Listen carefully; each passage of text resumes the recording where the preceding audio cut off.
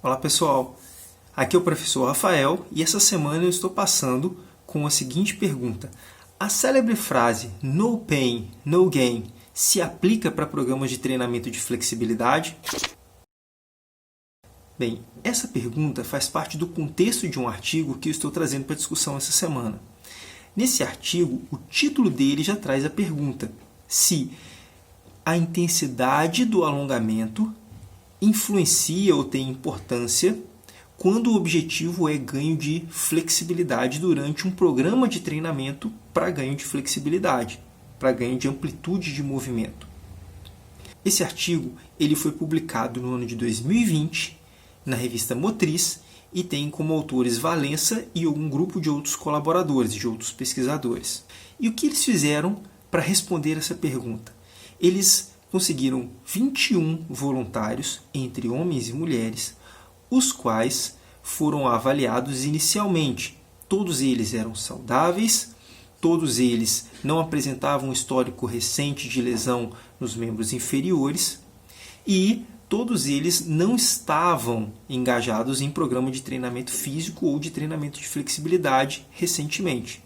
Esses indivíduos, então, foram submetidos a uma avaliação para obter o grau de amplitude de movimento de joelho a partir da posição deitada e com o quadril flexionado em 90 graus.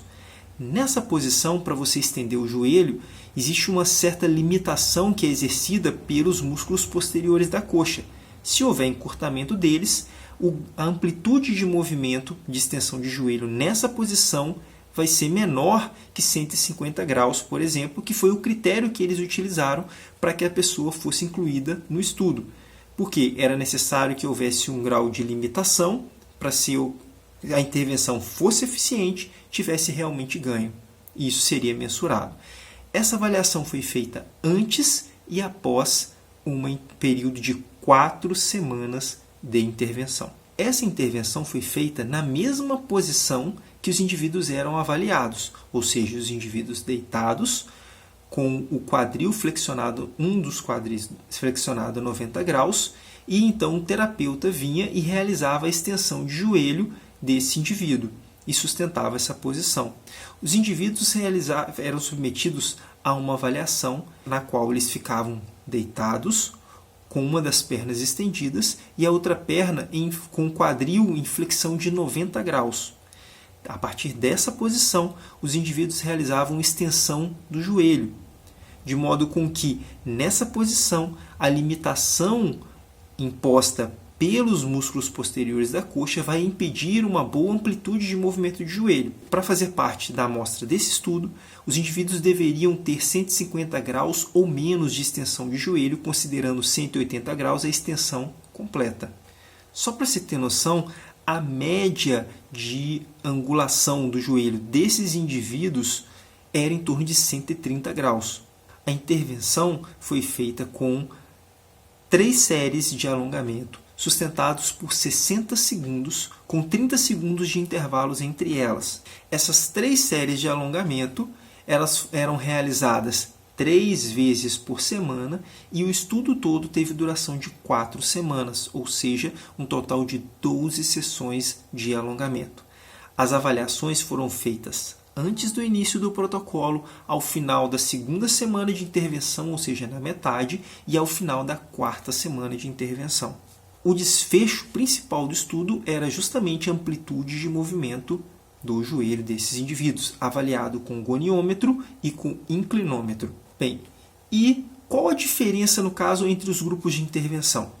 Os 21 indivíduos foram divididos de forma randômica, ou seja, aleatória, entre 2 grupos.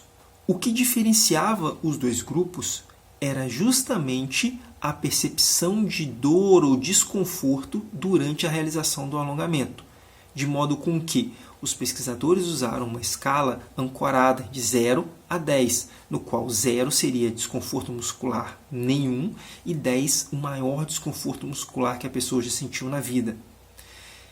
Então, o grupo baixa intensidade realizava as 3 séries de alongamentos sustentadas por 60 segundos dentro de uma percepção de desconforto referente entre 1 e 2, ou seja, o desconforto mínimo.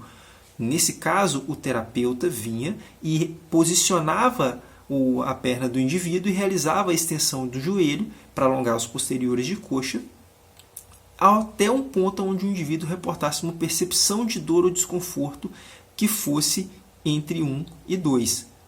Enquanto o grupo alta intensidade, essa percepção de desconforto deveria estar na casa entre 9 e 10, ou seja, beirando o insuportável, daí alta intensidade para o alongamento.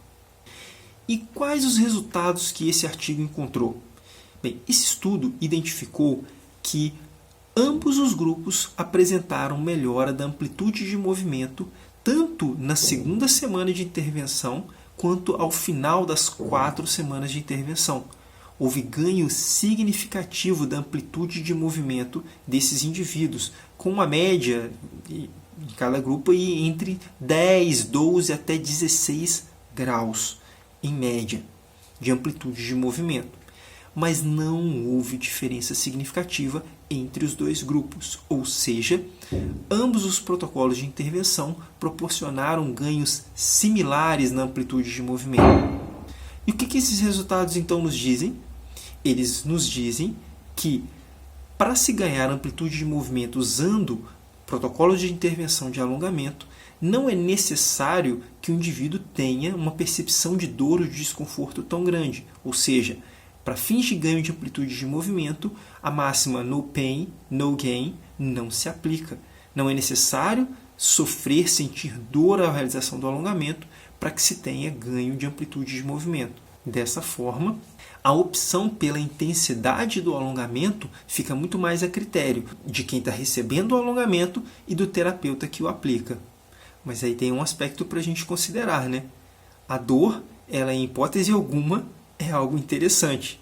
De modo que a escolha por um protocolo de alongamento que não proporcione tanta dor ou desconforto, mas que pode produzir o mesmo ganho de amplitude de movimento, vai tender a ser mais interessante. Espero que tenha sido útil para vocês essa discussão. O artigo ele é disponível na íntegra na internet. Eu sugiro a leitura. E no mais, grande abraço para você. Bons treinos!